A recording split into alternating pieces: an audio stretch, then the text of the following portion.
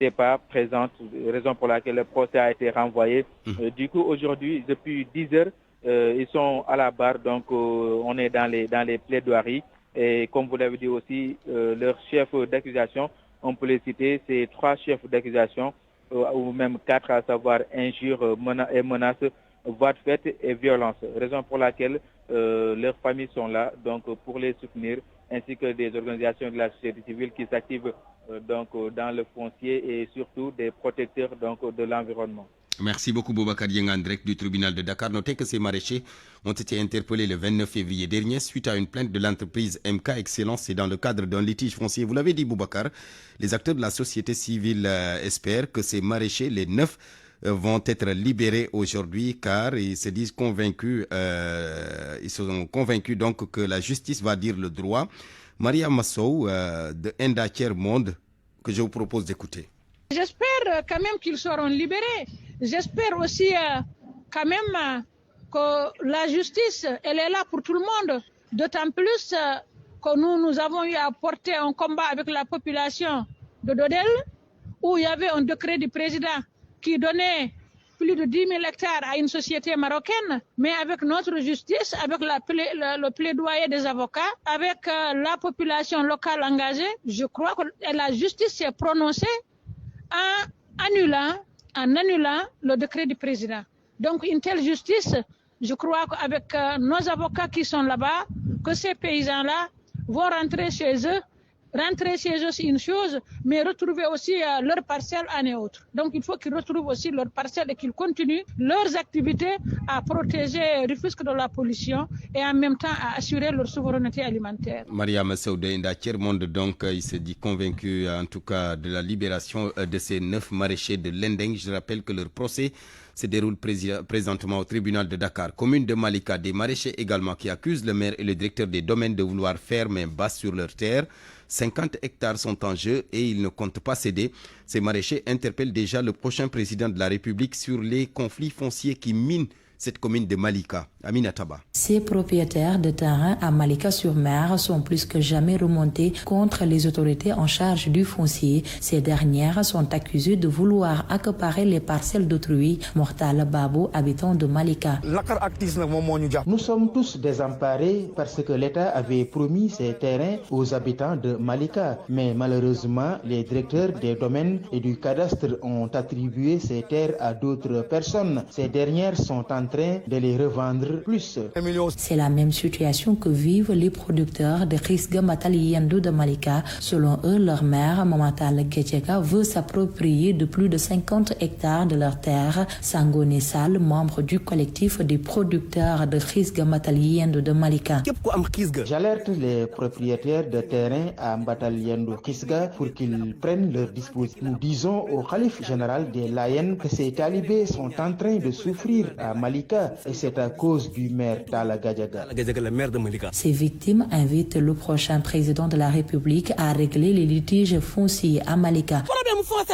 Le prochain président doit apporter des solutions aux nombreux problèmes fonciers dans le pays, et particulièrement ici à Malika. Les propriétaires de terrain comme les maraîchers comptent tout faire, disent-ils, pour récupérer leurs terres des mains de ces autorités qu'ils considèrent comme des prédateurs fonciers.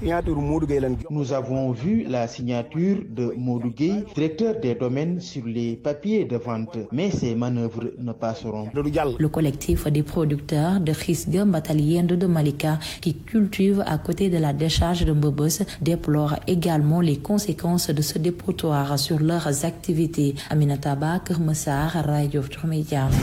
RFM, la radio de toute l'actualité. Midi 7 minutes, le recours du Parti démocratique sénégalais et de ses alliés membres du Front démocratique pour une élection inclusive. Nous avons donné la parole à des spécialistes du droit sur la question de savoir si ce recours a des chances de prospérer. Écoutez ce qu'ils ont dit à Mohamed Ali Mouba. en visant les dispositions de la loi électorale qui seraient violées pour demander à la Cour suprême de faire arrêter le processus électoral, le PDS n'a pas vu juste, car le décret du chef de l'État convoquant le corps électoral est constitutif de ce qu'on appelle des actes de gouvernement. El Amatiam, juriste. Parce que ces actes administratifs-là sont considérés comme des actes de gouvernement, je l'avais dit. Que les actes du gouvernement, ils ne les statuent pas sur les actes de gouvernement. Parfois, ils rejettent ça, parce qu'on a vu, j'avais donné à l'époque, à son temps, sur le premier arrêt de le décret 2024, président de la République, j'avais évoqué l'arrêt Ousmane Sonko contre l'État du Sénégal. En 2017, lors des référendums, la Cour suprême avait dit à M. Ousmane Sonko que ces actes-là sont des actes de gouvernement, c'est des actes qui sont inattaquables, qui ne peuvent pas faire l'objet d'un recours pour essayer de pouvoir. Et le tribunal, la Cour suprême avait rejeté la requête d'Ousmane Sonko. Et donc on dit que c'est ça, mais je dis que c'est la justice et le droit est dynamique. Le professeur Ahmed Ndiaye, lui, ne donne aucune chance à ces recours du PDS et alliés. Excepté ce fait, il y a que le PDS et alliés souffrent d'un défaut de qualité à agir. Le professeur Ahmed Ndiaye enseigne le droit constitutionnel à l'UCAD. Mais dès lors que le Conseil a estimé que leur dossier ne pouvait être retenu, ils deviennent, comme je l'ai souvent dit, ils deviennent de simples citoyens électeurs et ne sauraient jouir d'un quelconque statut ou de quelconque privilège tout simplement afférent à cela. Il y a un défaut manifeste d'intérêt et de qualité à agir. Le professeur Ndiaye soutient aussi qu'on est dans le cadre d'une situation exceptionnelle. À situation exceptionnelle donc, mesure exceptionnelle. Allez revoir le considérant numéro 10 de la même décision, délibérée le 6 mars 2024. On se rend compte que le Conseil constitutionnel a clairement indiqué qu'au regard de la situation exceptionnelle, des circonstances exceptionnelles dans lesquelles nous nous trouvons, mais les textes et les délais contenus dans le code électoral ont perdu leur finalité. Parce que nous ne sommes plus dans un schéma de déroulement normal du processus électoral en vue de l'élection d'un président de la République. Mais quel que soit le scénario qui va se présenter, c'est juste la date de l'élection qui pourrait être revue. La reprise du processus est pratiquement impossible. Mohamed Ali Mouba, un leader de la mouvance présidentielle Mamour Cissé qui alerte. Le candidat de Benno Bokk Yakaar peut bel et bien perdre l'élection présidentielle à cause du manque de soutien de la part du chef de l'État, Macky Sall, et de l'attitude de certains responsables de Benno Bokk Yakaar. Et pour le leader du PSD, Djantibi, cela pourrait entraîner une reddition des comptes. Mamour Cissé a par ailleurs émis des doutes sur la tenue du scrutin présidentiel le 24 mars. Il s'entretient avec Eladji Ndiogoudiène. Franchement, il y a un doute aujourd'hui par rapport à la tenue de ces élections au 24. À quel fait et quelles sont les motivations? Vraiment, ça, je donne ma langue au chat. C'est des actes qui sont posés. J'ai dit, autant nous sommes en démocratie, il faut respecter effectivement le droit de tout le monde de faire recours s'il se sent lésé. Mais les interrogations sont là, à tort et à raison. Vous n'êtes pas sans ignorer aujourd'hui les problèmes, quelque part, qui existent au sein de notre coalition. Qu'est-ce qui peut l'expliquer? Le dédain, cette complète indifférence qu'ont énormément de gens aujourd'hui de la coalition pour ne pas soutenir carrément le candidat de la coalition. C'est pas pour offenser le président de la République, mais j'ai comme l'impression qu'il y a un problème d'autorité. Justement, comment vous appréciez ce sentiment de manque de soutien à Amadouba de la part du président Macky Sall? Si c'est le cas, c'est extrêmement grave. Je ne pense pas quand même que le président Macky Sall tient quand même à rentrer dans l'histoire et pas d'en sortir. Et donc pour moi, il est à la fin de son mandat. La bonne logique aujourd'hui, c'était effectivement qu'il accompagne carrément cette transition-là. Donc pour cela, je pense que la bonne logique, c'était effectivement, mais de siffler la fin de la récréation, mais dire aux militants, dire à la coalition, mais écoutez, c'est une nécessité aujourd'hui de se fédérer. On risque aujourd'hui, mais de rendre des comptes. Parce que, écoutez, je l'ai dit tantôt, j'ai comme l'impression que certains sont en train de se tirer une balle au pied. S'ils pensent que le fait de s'abstenir ou de ne pas accompagner carrément le candidat ferait leur affaire, peut-être qu'il signe de l'autre côté. Mamour Cissé du PSD, Djantibi, ce qui est sûr est que c'est la date, jusque-là, c'est la date du 24 mars qui a été retenue pour la tenue de cette élection présidentielle. Vous avez entendu certainement l'ancien ministre de l'Intérieur qui a annoncé sur cette antenne que le matériel électoral est déjà acheminé au niveau des CEDA, des commissions électorales départementales autonomes c'est les préparatifs après l'acheminement donc de ce matériel. Et c'est le cas à Fatick où plus de 600 superviseurs et contrôleurs vont être déployés au niveau des différents lieux de vote du département. Aminata Goudiaby. La commission électorale départementale autonome de Fatick a changé de local. Elle est logée depuis quelques jours au premier étage d'un bâtiment situé sur le boulevard de la ville. Ce matin, c'est le calme plat. Mais le président estime que les membres travaillent sans répit pour l'organisation de l'élection présidentielle. Jokel Ngom. Nous nous sommes préparés de sitôt à cette élection qui était fixée le 25 février 2024. Nous avions pris les devants depuis le mois de janvier. La phase dans laquelle nous sommes, c'est la phase préparatoire, véritablement à très court terme. Un appel à candidature a été lancé pour le recrutement des superviseurs et contrôleurs. La CEDA de Fatick a déjà le nombre nécessaire pour les 226 lieux de vote que compte le département de Fatick. La carte électorale du département de Fatick nous offre 389 bureaux de vote. Nous devons mettre dans chaque bureau de vote un contrôleur. Et dans chaque lieu de vote aussi, nous devons mettre un superviseur. Plus maintenant le volant sécuritaire dont on dispose, ce qui nous fait un personnel total à employer de 643.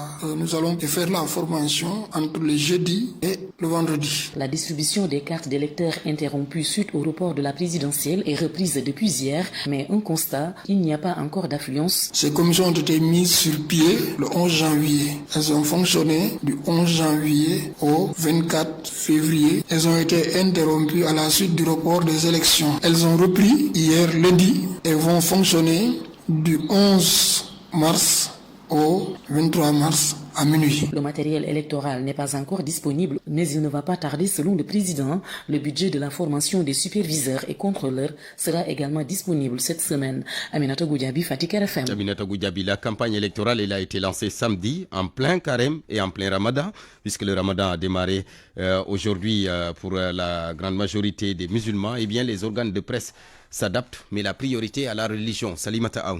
Une situation inédite, la coïncidence de la campagne électorale avec le Ramadan, un mois de ferveur qui était consacré uniquement à la religion.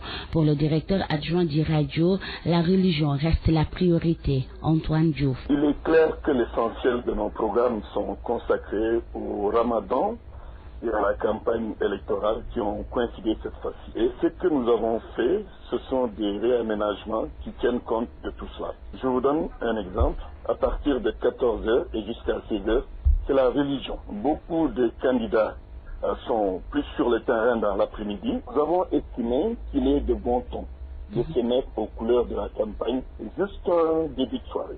Après, c'est le retour de la religion qui alterne bien évidemment avec les programmes politiques dans la soirée. La campagne électorale, c'est surtout le soir à l'Eral FM et TV.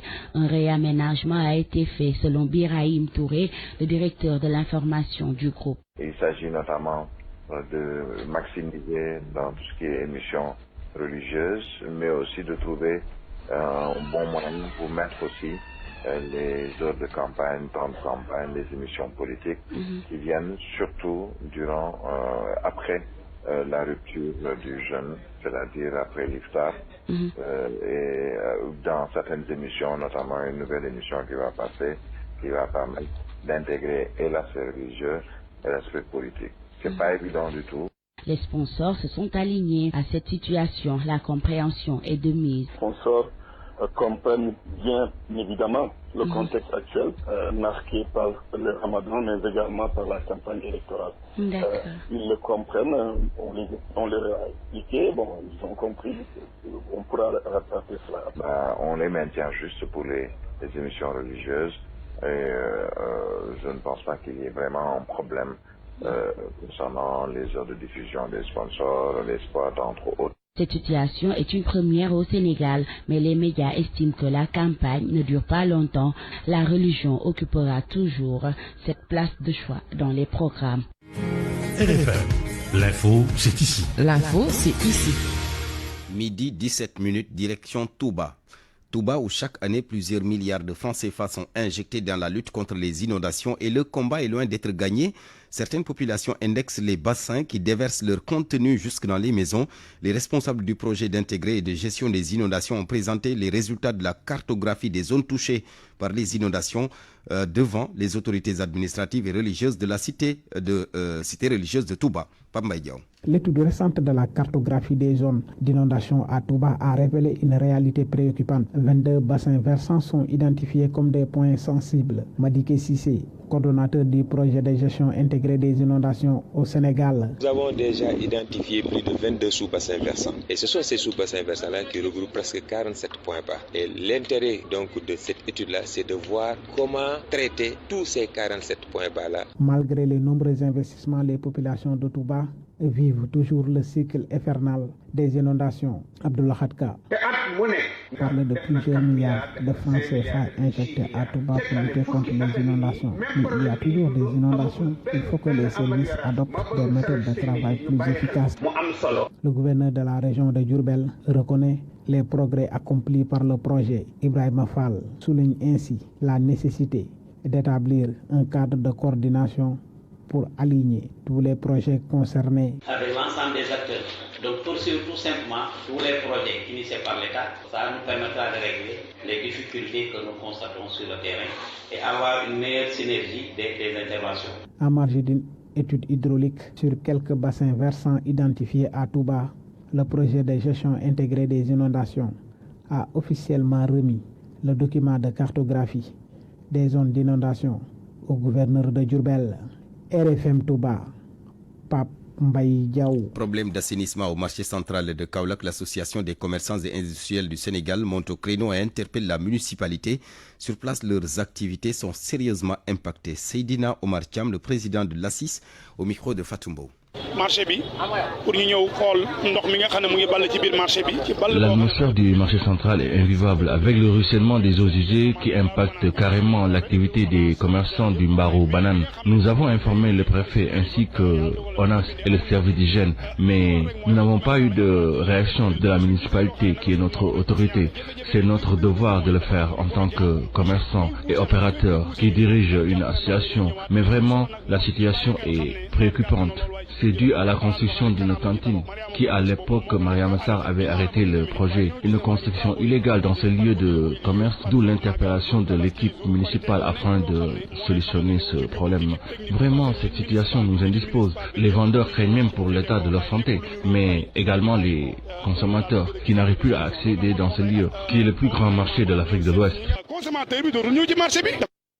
RFM. L'actualité internationale. Bienvenue Georges Détidiop. Merci Barthélémy Ngom. Au Mali d'abord, c'est pour parler de la libération du président de la jeunesse Poulakou, c'est ça, international. Bien sûr, Mohamed Dicko a été libéré cette nuit. Il avait disparu depuis plus de 2 mois dans la capitale Bamako. Les circonstances de son enlèvement demeurent floues ainsi que l'identité de ses ravisseurs.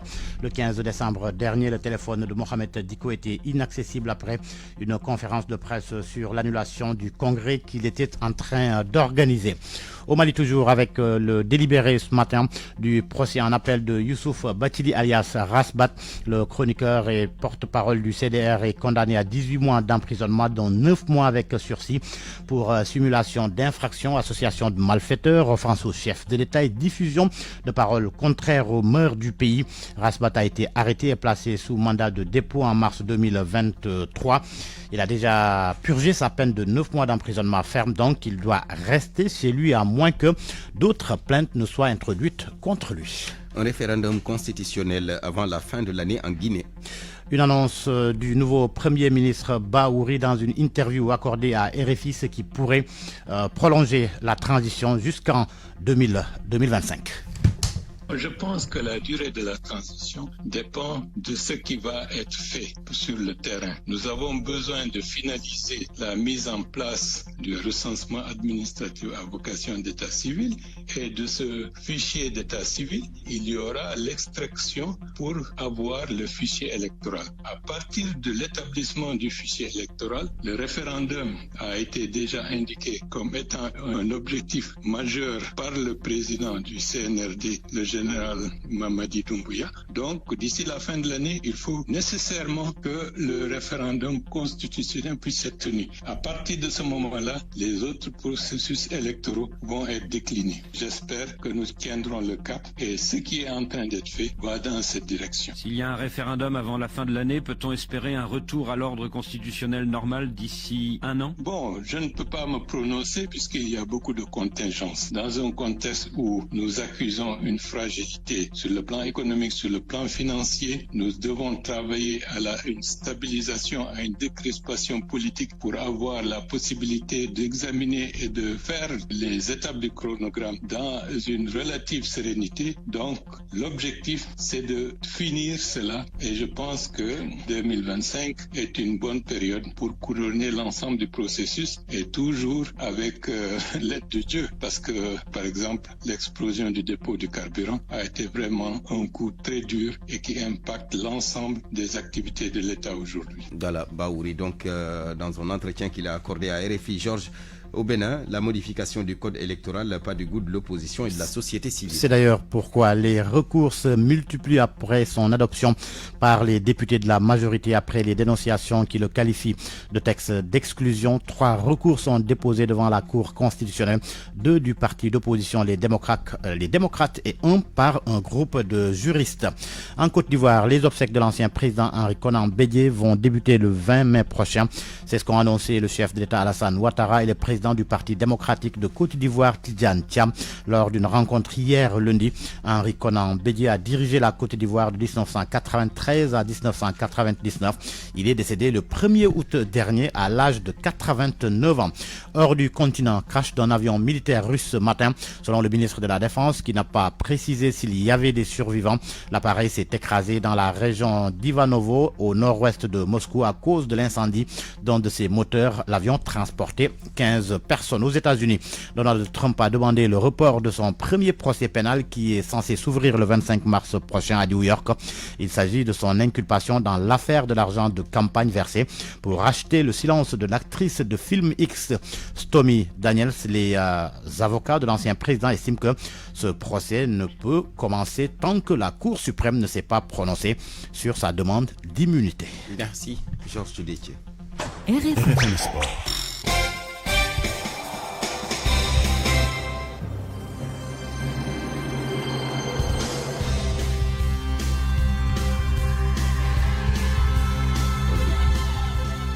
Le sport, c'est avec Soda Thiam. Bonjour Soda. Bonjour Barthélémy Ngom. Nous parlons d'abord de la 13e édition des Jeux africains d'Accra avec les sélections U20 masculines et féminines du Sénégal qui ont perdu hier. L'équipe masculine U20 du Sénégal, comme vous l'avez dit Barthélémy Ngom, s'est inclinée hier face à l'équipe ougandaise. 1-0, une défaite qui met les Lionceaux dans une situation critique puisqu'ils devront battre le Nigeria pour poursuivre l'aventure. Le sélectionneur des U20, Serigne Saliodia, le confirme et revient sur le match contre l'Ouganda. Ce qui a manqué dans ce match en enfin, c'est juste l'efficacité sur le plan offensif. Je pense qu'on est contre eux, mais à des moments on était très pressé. Voilà. À des moments on confondait un peu plus de ce côté de précipitation en haut. Mais je pense qu'il y avait de la place pour mettre le but. Donc malheureusement ça n'a jamais voulu arriver. On était pressé, voilà. On n'était pas dans les bonnes attitudes, dans les bonnes positions de tir. C'est ça juste ce qui a manqué dans ce match. Mais sur le contrôle, sur le jeu, voilà, je pense qu'il n'y a pas grand chose à dire. Et j'avais dit aussi que même le 3e match allait être décisif, même si on gagnait et que le Nigeria nous gagne, ça allait être compliqué. Je pense qu'on va faire une finale contre le Nigeria, quel que soit l'issue de ce match. Donc ce sera un match très dur pour nous. Ce sera comme ce genre de match, mais nous on essaiera d'être nous-mêmes, on essaiera de le jouer à fond pour gagner et passer au deuxième tour. On ne pouvait pas tout de suite arriver parce que c'est une équipe qui était recroquevillée dans sa défense, qui était avec un bloc très compact. Et on sait qu'encore une fois dans la situation que c'est une équipe qui jouait les transitions sur le plan offensif, que ce soit le 16 de 10, c'était de bons joueurs qui étaient capables de les très vite d'avoir. Donc il ne fallait pas ça, il ne fallait pas tourner. Je pense en premier temps, on a cette opportunité. C'est en deuxième temps, avec l'arrivée d'Idrissa, avec l'arrivée de Yahya, on s'appelle à un autre match, c'est les profils de joueurs qui sont différents juste. Que ce soit Sayan, que ce soit Nia qui sort, qui prend sa place. C'est juste les profils qui ont fait qu'encore une fois, on a plus ou moins bougé vers l'avant. Mais que ce soit en premier, deuxième, l'objectif c'était encore une fois d'arriver dans l'autre zone. Je pense qu'on n'a pas mal fait après le temps. C'est vrai qu'il n'y a pas eu ce dépassement de fonction pour mettre le but au fond. C'est ce qui a marqué comme ça qu'on les a dit juste à la mi-temps. Ils ont rectifié, mais après ça allait très vite. C'est ce qui fait qu'encore une fois, on est plus dangereux sans mettre le but. C'était Serine Saliou Dia. Le Sénégal rencontre le Nigeria ce vendredi pour espérer remporter le ticket qualificatif pour le prochain tour. L'Ouganda a déjà obtenu son billet pour les demi-finales après 2 victoires en autant de sorties. Pas de bonnes nouvelles également, Barthélémy Ngom, comme vous l'avez dit, pour l'équipe féminine U20 du Sénégal. Les Lioncelles ont perdu lourdement face au Nigeria, 4-0.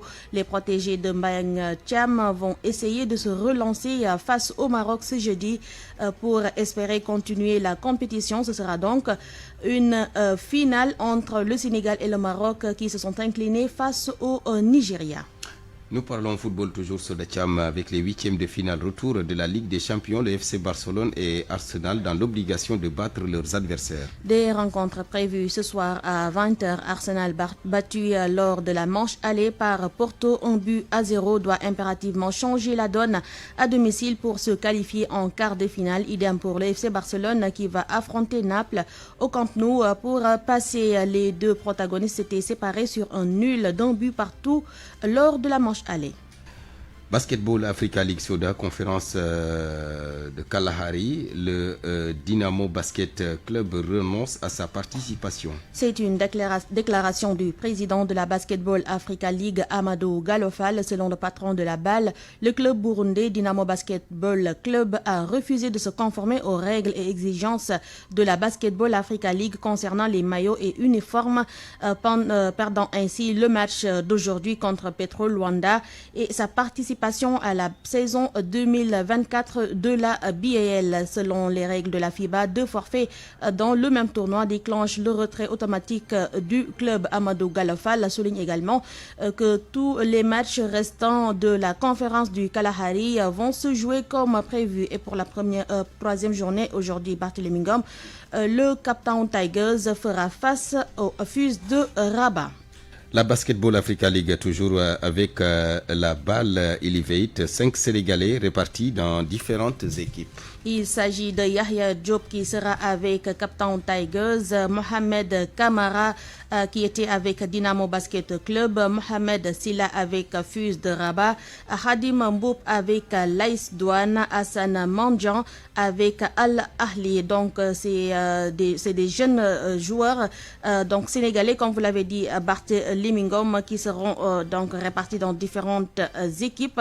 Et selon Ruben Boumtje, le responsable des opérations de la Ligue, il explique le pourquoi donc de cette forte présence des jeunes Sénégalais et revient sur le programme de la balle Elevate.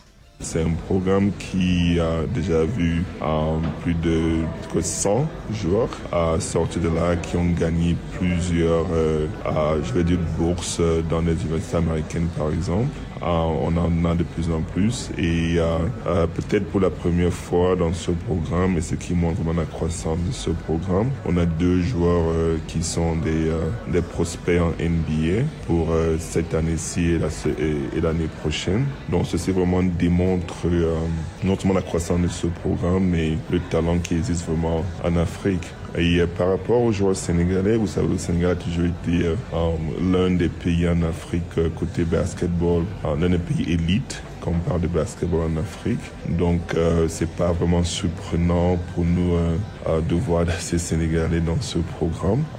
Il y a une bonne diversité, mais cela vraiment démontre les qualités naturelles, athlétiques et de talent vraiment des Sénégalais, et puis leur dédication vraiment au jeu du basketball, peut-être par rapport au continent. Donc nous sommes très contents d'avoir ces enfants sénégalais dans nos programmes, et pour nous, nous espérons que ça va motiver peut-être d'autres pays. Je sais que ça motive d'autres enfants venant de notre pays de voir ça, et aussi à rêver d'entrer dans notre programme pour avoir un futur meilleur dans le basketball.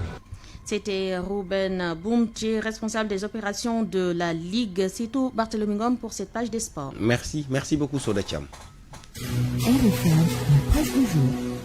Rapido et son sticker rechargeable et la direction de la santé mère-enfant vous offrent votre revue de presse. Bonjour Mohamed Ali Mouba. Bonjour. Macky Sall Amadouba, le je t'aime, moi non plus presque en face. L'épée de combat jusque-là affleuré, moucheté, qui canalisait les assauts de part et d'autre des deux gladiateurs se révèle de plus en plus dégarni ou presque. C'est le président Macky Sall d'ailleurs qui prend l'initiative d'en rompre le pacte. C'est le retournement spectaculaire, dit le journal Les Échos. Macky lâche Amadouba pour son candidat de cœur, Mohamed Boun Abdallah Dionne. Et le journal soutient qu'il y a des manœuvres intenses à la paire et à nous pour isoler le candidat, même s'il y a encore quelques résistances. Parallèlement, Karim Wade est fortement dragué pour appuyer ce projet en soutenant Mohamed Boun Abdallah Dionne. Le journal Le Témoin, moins affirmatif, se demande tout de même si ce dernier remaniement opéré le week-end n'actait pas définitivement la rupture entre Macky Sall et Amadouba. L'Obs, qui s'intéresse lui au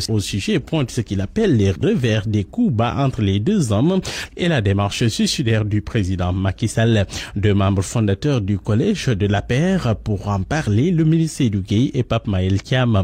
Enquête pointe pour sa part l'inertie des responsables de la paire, qu'à cela ne tienne Amadouba tente l'échappée solitaire, test grandeur nature embarqué, meeting réussi du candidat indique Busby le jour. Là-bas, il a promis monts et merveilles, mais hélas note qu'il promet de trouver la solution de l'eau à Touba et Mbaké, drainer l'eau du lac de Guerre pour étancher la soif des populations de la zone. Opération séduction, Idrissa Seck promet un soutien conséquent au secteur informel. Aly Ngouille Ndiaye s'engage à redynamiser le secteur de la pêche. Diomaye dit ce qui va s'enchaîner dans la gestion des ressources naturelles. Pour les témoins, c'est parti pour la foire aux promesses, mais Tribune relativise. Jusque-là, la campagne est encore insipide. Quid de la violence? Elba campagne, note le journal Enquête. Le siège de la paire attaqué à Pékin, une quinzaine de blessés dont un gravement atteint à coups de machette, des voitures saccagées. Selon Réumi Quotidien, la violence monte d'un cran.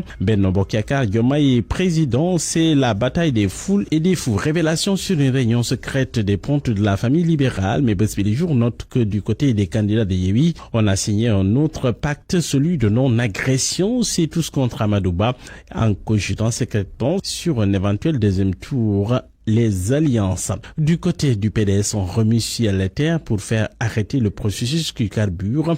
Le FDPEI a déposé une requête en référé à la Cour suprême dans le viseur le décret portant convocation du corps électoral. Les délais de campagne, selon Vox Populi, c'est une nouvelle menace de torpillage de l'élection. Libé renseigne que Karim Wade et compagnie ont déposé en tout cas 3 torpilles sur le processus. Pour Direct News, on s'achemine droit vers une semaine de tous les renversements. Mais sur ça, averti sur une éventuelle dissolution du Conseil constitutionnel, eh bien, ça n'aura aucun effet sur le cours des choses. Voilà à tous.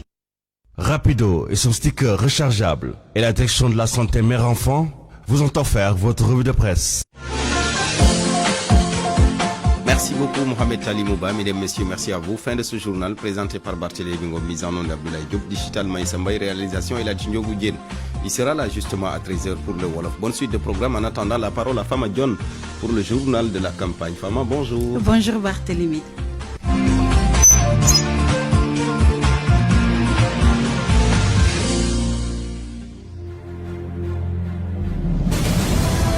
Présidentielle 2024, la RFM au cœur de la campagne. Rendez-vous tous les jours dans RFM Matin, Histogéo.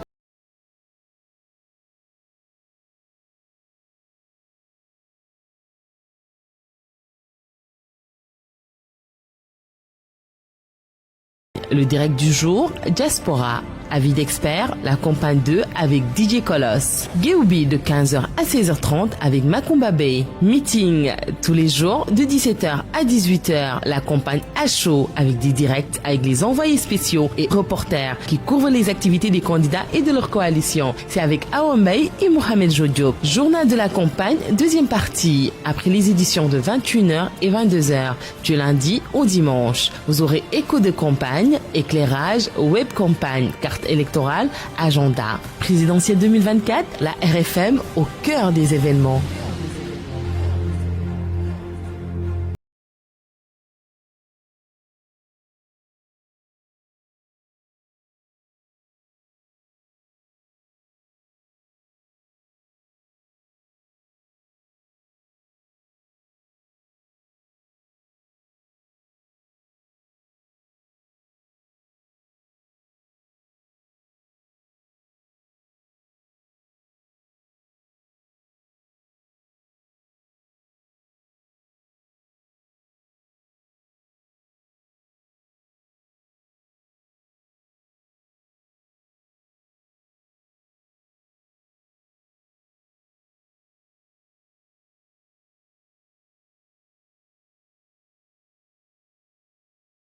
jour de campagne. La caravane du président Khalifa Ababakar Sall dans le département de Mbour ce mardi 12 mars. Le leader de la coalition Khalifa président et ses partisans vont sillonner tout le département. Sindia, Diassali, Mbour, Ngaparo, Somone et Nguehor. La seule femme candidate, Anta Babakar Ngom, quant à elle, va enregistrer des vidéos pour s'adresser aux populations dans les régions où elle ne va pas se rendre durant ces 15 jours de communion avec les Sénégalais. Le candidat Mohamed Boun Abdallah Dionne compte rencontrer les acteurs de la pêche. L'ancien ministre signera la charte pour une pêche durable aujourd'hui au siège de la coalition nationale pour une pêche durable. La CONAPED, ce sera à 13h30 et à 15h, le candidat Boun Dionne va rencontrer le patronat de l'UNACOA Diapo. Il sera avec le président Idi Thiam au siège de l'UNACOA Diapo. Pour le candidat de la coalition Benno Bokk Yakaar, son agenda du jour est ainsi étalé. À partir de 13h, l'ancien premier ministre Amadou Ba tient des meetings à Tivaouane, Kébémer, Louga et Saint-Louis. Rufisque aujourd'hui va accueillir une grande caravane de la coalition Diomaye Président. Le candidat du PUR, Aliou Mamadou Dia, organise lui une cérémonie de présentation des alliés de la coalition AMD 2024 ce mardi dans un hôtel. PDN 2024, son leader en caravane de Pikine à Rufisque passant par Kermassar, le professeur Daouda Ndiaye va faire des étapes à Yeumbeul Sud, Yeumbeul Nord, Malika, Mtoa, Diakhaye, station Kermassar, Tivaouane Peulh, Lac Rose, Sangalkam, Keur Ndiaye Lo, Kounoune, Dangou, Diokoul. À 19h, le candidat fera face à la presse à l'hôtel de ville de Rufisque avant de continuer sa caravane sur Bargny, Diamniadio et Sébikotane. PDF, le candidat Pape Djibril Fall sera à Ouakam, Yoff et Cambérène pour des visites et rencontres. Ce sera à 15h. Le député candidat à la présidentielle ira à la maison des pêcheurs de Ouakam, à Yoff au mausolée Seydina Limamoulaye, à Cambérène au mausolée Seydina Issa Laye. Merci à Koumba Sandiane Faye. 96 heures après le début de la campagne électorale, où en est-on? Le point, c'est dans Actu Campagne, une présentation de Anna Rocha. Hier, c'était le 3e jour de la campagne électorale. 3 journées fortement marquées par des violences. Hier lundi donc, Pikine Ouest, dans la banlieue de Dakar, était le centre de ces violences. Le siège de l'APR a été attaqué, des voitures caillassées et dans ce bilan, 15 blessés, dont un à coups de machette. L'ancien ministre Pape Gorgui Ndong accuse le cortège de Diomaye Président, conduit par le député Guy Marius Sagna. À part ça, c'était une journée de campagne électorale normale.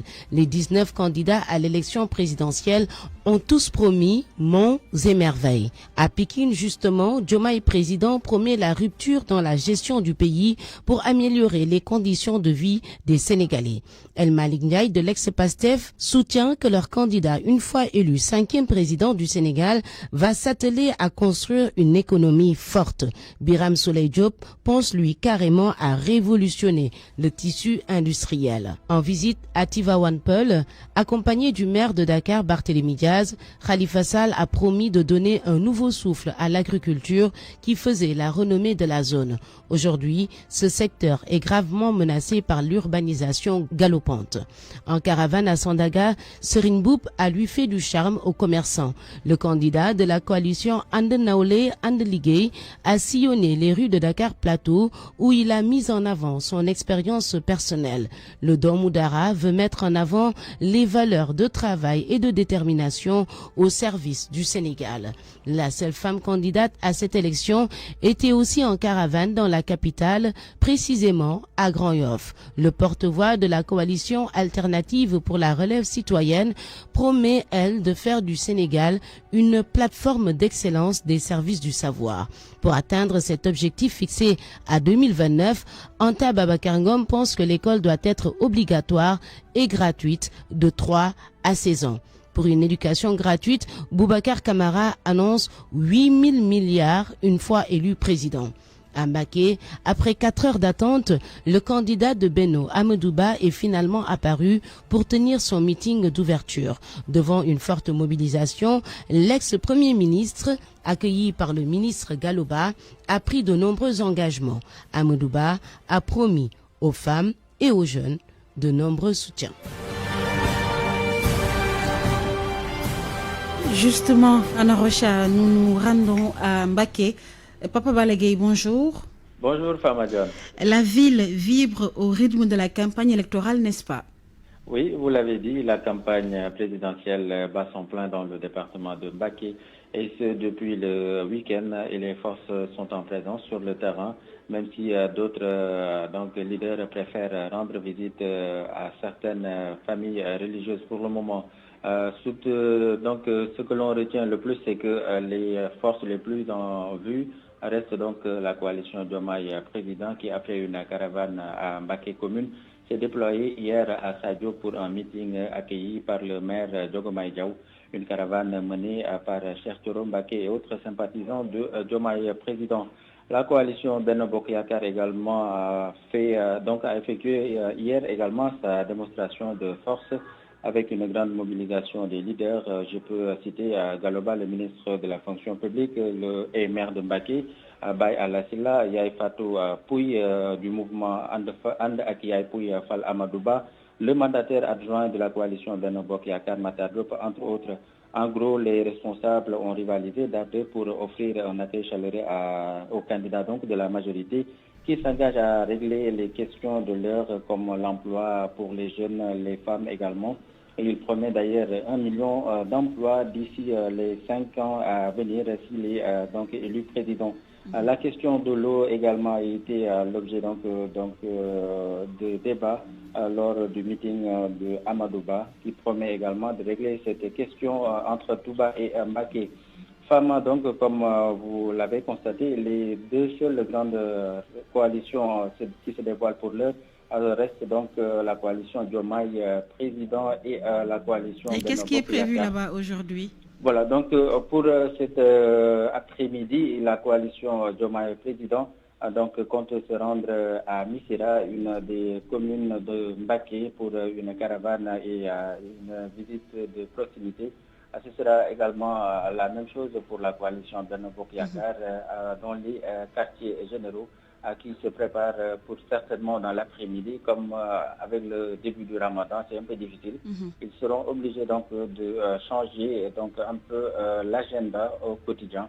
Mais notons juste que pour le moment, zéro violence dans le département de Mbacké, même si c'est constaté ailleurs, Famajon, pour la campagne présidentielle. Merci beaucoup. Papa Balagay, notre correspondant à Mbacké, 12h, bientôt 45 minutes. La parole maintenant aux Sénégalais de l'extérieur. Escale aujourd'hui à Abuja, la capitale fédérale du Nigeria. Nous retrouvons notre compatriote Omar Saliou. Il est établi au Nigeria depuis 2016. Dans cet entretien, il dit regretter les violences préélectorales ayant entraîné des morts. Pour lui, la priorité des Sénégalais établis dans ce pays est l'obtention de passeports sans difficulté. On écoute. Ce que nous regrettons, ce sont toutes ces personnes, ces citoyens sénégalais parus lors des récentes manifestations au Sénégal. En tant que Sénégalais, je pense qu'on pouvait régler nos différends sans verser du sang, parce que tous ces gens décédés font partie de nous.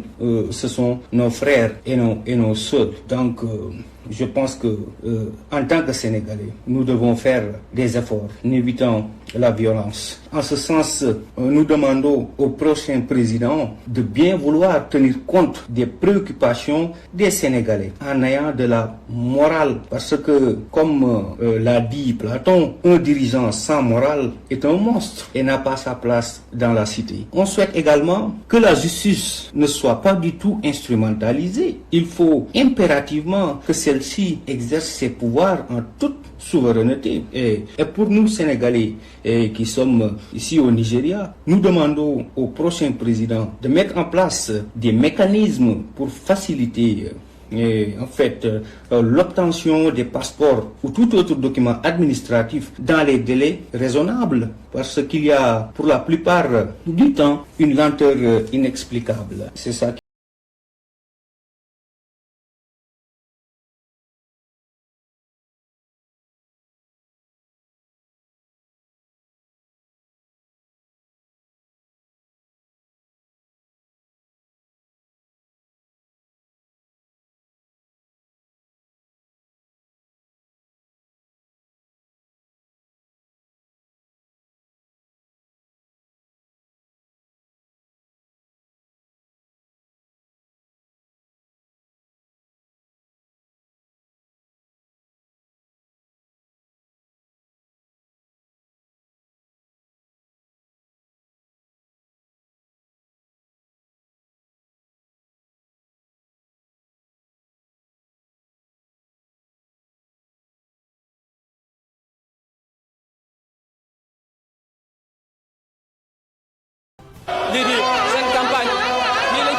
Bassirou Diomaye Faye, même étant en prison, sa coalition ne se donne pas de répit depuis l'ouverture de la campagne électorale.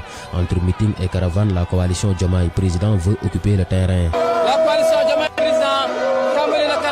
Le plan B de Ousmane Sonko est en prison depuis avril 2023. Il a été arrêté par des éléments de la division des investigations criminelles devant le siège de la Direction générale des impôts et domaines. Il est poursuivi pour outrage à magistrat, diffamation envers un corps constitué. Sa candidature est un choix voulu par son mentor, Ousmane Sonko, qui, en détention, a béni cette option comme plan B au cas où il sera écarté de la présidentielle. Une stratégie qui a bien payé.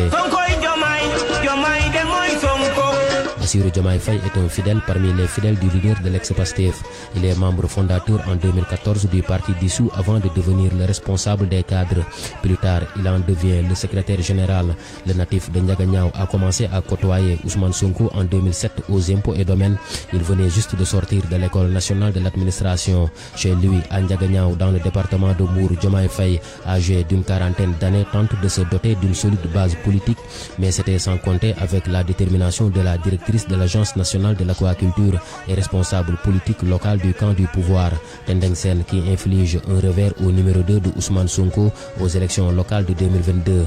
Mais cette défaite politique pourrait être vite oubliée si, au soir du 24 mars 2024, Bassirou Diomaye Faye devient président de la République. Merci Ndongoka pour ce portrait de Bassirou Diomaye Faye. Nous revenons donc à Avis d'expert avec notre expert ce matin, Penda Seck Diouf, la présidente de la plateforme Etudiam. Madame Diouf, bonjour. Bonjour. Alors, je le disais tout à l'heure, la campagne électorale est émaillée de violence, en tout cas dans certaines parties du pays. On l'a noté hier à Pékin, où des scènes de violence sont soldées par la blessure d'une quinzaine de personnes. Alors, comment vous voyez toutes ces scènes de violence autour de la campagne électorale?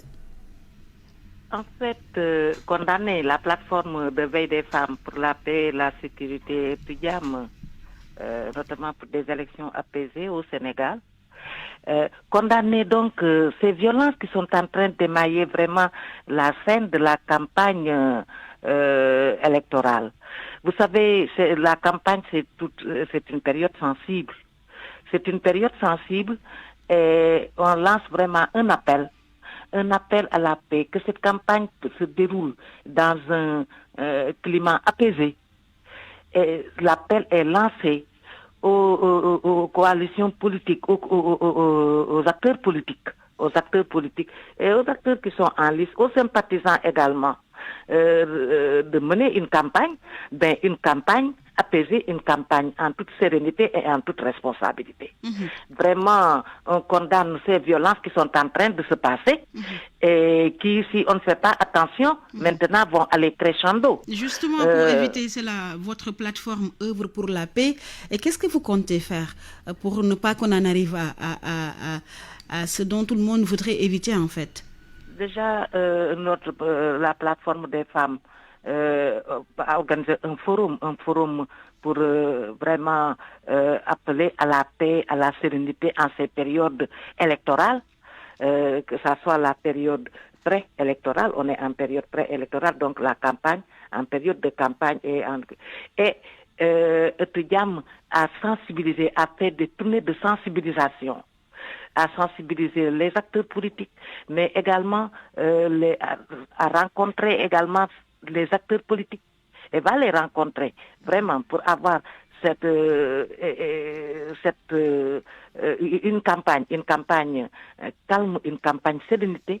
Etudiam appelle à la sérénité et Etudiam ne cessera de faire des communiqués pour cet appel à la calme, pour cet appel au calme. Comme vous dites, la sérénité, etc., et condamner les violences. Les violences sont condamnées. On condamne ces violences, surtout en cette période très sensible. Les gens peuvent avoir des divergences politiques. On peut avoir on est partisans, avoir des sympathisants, mener une campagne en faveur de son candidat, mais le faire et faire attention parce que la période pré-campagne là, la période de campagne là est extrêmement sensible. Si ça comporte des violences, déjà ça va avoir des conséquences difficiles à gérer. Et on n'a pas ce droit-là. On appelle à la citoyenneté, on appelle les acteurs, les sympathisants à mener vraiment cette campagne en toute sérénité, en toute responsabilité. Vraiment, on en appelle à la responsabilité citoyenne. Une campagne, elle est importante, mais cela ne doit pas donner l'occasion à des violences, des scènes de violence. Et rien ne justifie ces scènes de violence. Pourquoi? Merci beaucoup, Madame Penda Seck Diouf. Nous avons très bien compris le message. À 12h, bientôt 53 minutes. Bonjour, DJ Colosse. Bonjour, Fama John. Ravi de vous servir. Au plaisir dans cet entretien détendu et plaisant avec Mohamed Boun Abdallah Dionne, vous y abordez plusieurs sujets. Bonjour, Monsieur le Président Boun Abdallah Dionne, Mohamed. Bonjour Didi, je profite de l'occasion pour vous saluer et saluer tous vos auditeurs, saluer le peuple sénégalais. Voilà, et souhaiter à tout le monde un bon carême chrétien et un bon mois de Ramadan. Pour commencer, je sais que vous avez beaucoup de potentiel comme candidat, mais vous n'êtes pas trop audacieux. Vous manquez parfois d'assurance. Ah, Didi, ça se dit peut-être, c'est la première fois que je l'entends.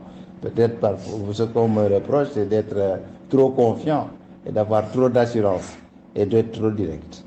Allez-vous changer de discours ou de message devant votre public pour ne pas répéter les mêmes choses au quotidien? Non, je pense qu'il faut être constant.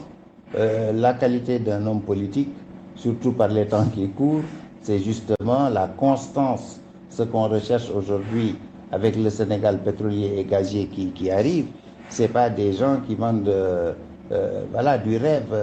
Il faut certes du rêve dans la vie, mais ce qui est important, c'est que tout se passe dans la transparence. Quelle serait votre réaction en croisant un de vos adversaires lors des déplacements? Didi, en réalité, comme je le dis souvent, je ne suis pas un novice en politique. J'ai eu à mener des campagnes, plusieurs campagnes, notamment en 2017 où j'ai fait le tour du Sénégal. Et je me souviens à l'entrée de Sédhiou avoir croisé Maître El Hadj Moustapha Diouf, et c'était très très courtois, un temps fort justement de notre campagne commune. Et il faisait sa campagne, je faisais la mienne, et voilà, on a eu une communion totale autour du peuple de Sédhiou pour justement porter des messages qui convergeaient et qui créaient l'espoir au niveau de cette partie du pays. Moi, quand je croiserai demain des candidats, c'est avec respect que je les saluerai, et ils me salueront également avec respect. Comment allez-vous gérer les cortèges à l'heure de la coupure du jeûne? Oui, tout est question de préparation et d'anticipation. Voilà, les cortèges, quand vous quittez Podor pour aller à Matam, ça prend du temps, avant même le Ramadan. Et dans ce cas, vous serez rattrapé par le déjeuner. Et dans ces cas comme ça également, voilà, vous avez la même contrainte. Êtes-vous propriétaire de ces voitures ou c'est toujours obtenu en location pour la campagne? Oui, la plupart des véhicules sont des véhicules de location et pour faire la campagne. Voilà, on était prêt la dernière fois, puis il y a eu un changement de parcours parce que voilà, il y a eu des péripéties et que nous respectons également. Avez-vous la certitude que le monde qui vous suit voteront pour vous? En tout cas, c'est notre volonté et c'est notre espoir que de mobiliser le maximum d'électeurs autour de nous pour servir le Sénégal. Nous, notre volonté, c'est de servir le Sénégal. C'est d'avoir un Sénégal où les richesses sont partagées par tous et d'avoir un Sénégal juste, comme nous disons. Voilà notre programme et nous allons, c'est déjà notre vision, c'est tout un programme que d'avoir ce Sénégal juste. Je ne parle pas de justice, mais un Sénégal juste. Pour terminer, vous avez l'habitude de prendre le repas à l'aube ou vous jeûnez sans le prendre?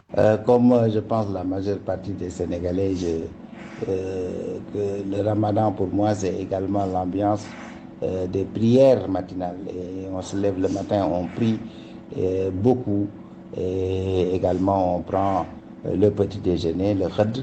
Et voilà, je suis comme tout bon Sénégalais, moi je pratique ma religion et j'essaie d'être parmi ceux qui la pratiquent vraiment avec le maximum d'engagement. Nous vous remercions, Monsieur le Premier ministre Mohamed Boun Abdallah Dionne, à part l'ancien ministre Habib Thiam sous la gouvernance d'Abdou Diouf, vous avez plus duré au pouvoir avec le régime actuel. Merci Diji d'avoir rappelé cette expérience.